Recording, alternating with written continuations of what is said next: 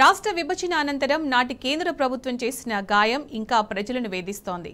అన్యాయంగా ఆంధ్రాలో కలిపిన 7 మండలాలు, అందులోని 5 ఊర్ల వేదన, అరణ్య రోదన ఇంకా కొనసాగుతోంది. భౌగోళికంగా తెలంగాణలో ఉన్న గ్రామాలు రికార్డుల పరంగా ఆంధ్రాలో కలపడంతో మొదలైన కష్టాలను ప్రజలు 10 ఏళ్లుగా భరిస్తున్నారు.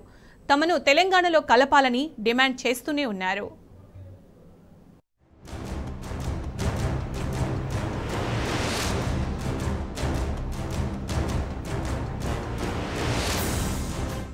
రాష్ట్ర విభజన తర్వాత తెలంగాణ రాష్ట్రానికి చెందిన 7 మండలాలను మోడీ సర్కార్ ఆంధ్రాలో కలిపింది.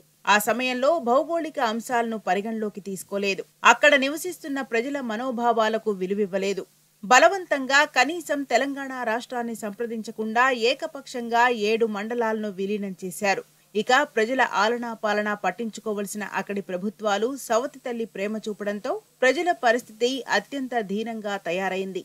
మరీ ముఖ్యంగా తెలంగాణ రాష్ట్రంతో సరిహద్దును పంచుకుంటూ ఏపీ నుంచి విసిరివేయబడినట్టు ఉండే 5 గ్రామ పంచాయతీల పరిస్థితి మరీ దారుణంగా ఉంది. ఎటపాక, పిచుకలపాడు, కన్నాయిగూడెం, పురుషోత్తపట్టణం, గుండాల గ్రామాలు భద్రాచలంతో సరిహద్దు పంచుకుంటాయి.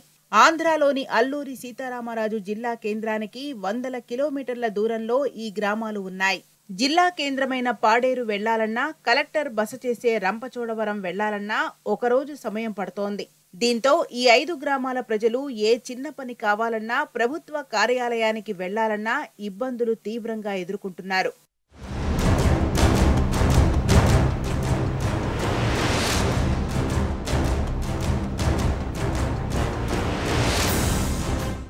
మాది భద్రాచలం గ్రామ పంచాయతీ.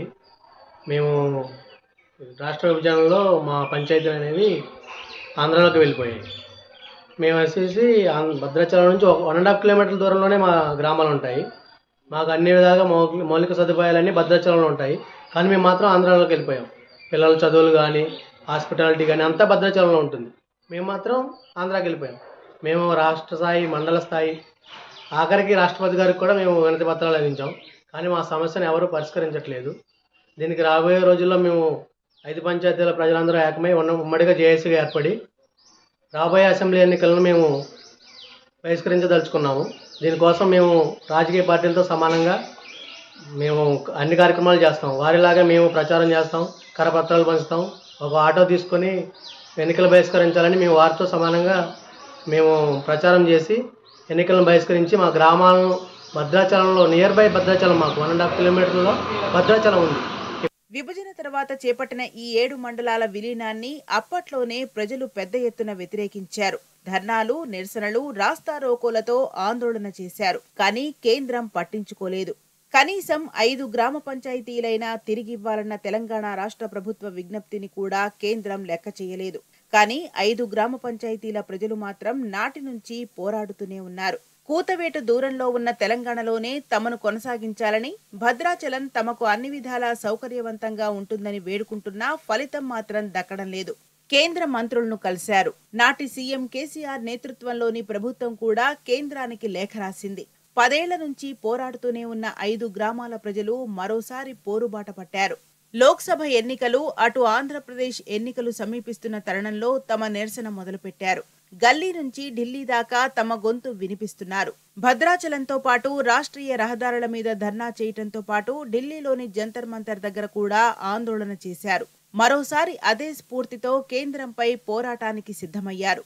ఆంధ్ర వద్దు, తెలంగాణ ముద్దు అంటూ పోరుబాట పట్టారు.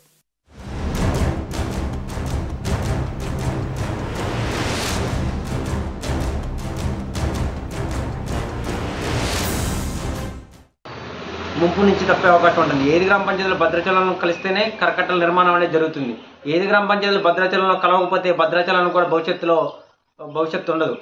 ఎందుకంటే 7 గ్రామ పంచాయతీలు భద్రాచలం కరకట్టల నిర్మాణం జరగాలన్నా ఎటపాక వారికి 5 గ్రామ పంచాయతీల పరిధిలో ఒకటైన ఎటపాక వారికి కరకట్ట ఉంది. ఈ కరకట్టని ఏ ప్రభుత్వం నిర్మిస్తుంది? ఈ కరకట్ట అనేది జరగకపోతే భద్రాచలం కానీ 5 గ్రామ పంచాయతీలు మిగలవు.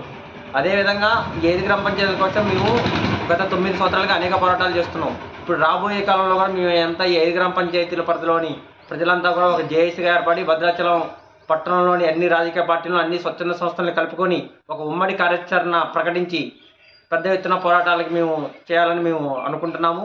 త్వరలోనే ఈ యొక్క పోరాట కార్యరూపం అనేది దాల్చుతాము. ఖచ్చితంగా ఈ పోరాట సెగని ఢిల్లీ వరకు తీసుకెళ్లి 5 గ్రామ పంచాయతీలు సాధించే వరకు ఖచ్చితంగా మేము పోరాడతాం. 5 గ్రామ పంచాయతీలను తెలంగాణలో కలిపితే ప్రజలతో పాటు 2 తెలుగు ప్రభుత్వాలకు సౌకర్యవంతంగా ఉంటుంది. పరిపాలనా పరంగా ఏపీకి చిక్కులు తప్పుతాయి. వరదలొచ్చినప్పుడు ప్రాణనష్టం జరగకుండా సహాయ చర్యలు చేపట్టాల్సిన ఇక్కట్లు ఉండవు. ఇక సరిహద్దు గ్రామాలు కావడంతో తెలంగాణకు కూడా వెసులుబాటు దొరుకుతుంది. పైగా ఆ 5 గ్రామ పంచాయతీల్లోని భూమి లభ్యత వల్ల భద్రాచలం అభివృద్ధికి దోహదపడుతుంది. భౌగోళికంగా కూడా విభజనకు ఇబ్బంది తొలగుతోంది. ఇప్పుడు ఆంధ్రాలో కొద్దిసేపు ప్రయాణించి ఆ తర్వాత తెలంగాణలోకి మళ్లీ ఆంధ్ర సరిహద్దుల్లోకి రావడం వంటి టెక్నికల్ సమస్యలు కూడా తొలగిపోతాయి. 2 రాష్ట్రాల సరిహద్దులు స్పష్టంగా నిర్దేశించబడతాయి. అందుకే 6 తమ పోరాటం ఆపబోమంటున్నారు 5 గ్రామ పంచాయతీల ప్రజలు. ఇప్పటికే జేఏసీగా ఏర్పడి కార్యాచరణ చేపట్టారు. కలిసి వస్తున్న రాజకీయ పార్టీలు, స్వచ్ఛంద సంస్థలు, ప్రజలు, ప్రజా సంఘాలు, మానవ హక్కుల సంఘాలను కలుపుకొని ఉద్యమ కార్యాచరణ కొనసాగిస్తున్నారు. గల్లీ నుంచి ఢిల్లీ దాకా తమ వాదన వినిపిస్తూనే ఉన్నారు. విభజన సమస్యలను పరిష్కరించాల్సిన కేంద్రం అన్నీ తెలిసి మౌనంగా ఉండటాన్ని విలీన గ్రామాల ప్రజలు జీర్ణించుకోలేకపోతున్నారు. అయోధ్య రాముడి మీద అమితమైన ప్రేమ చూపిస్తున్న ప్రధాని మోడీకి భద్రాచల రామయ్య మీద చిన్న చూపేంటని ప్రశ్నిస్తున్నారు.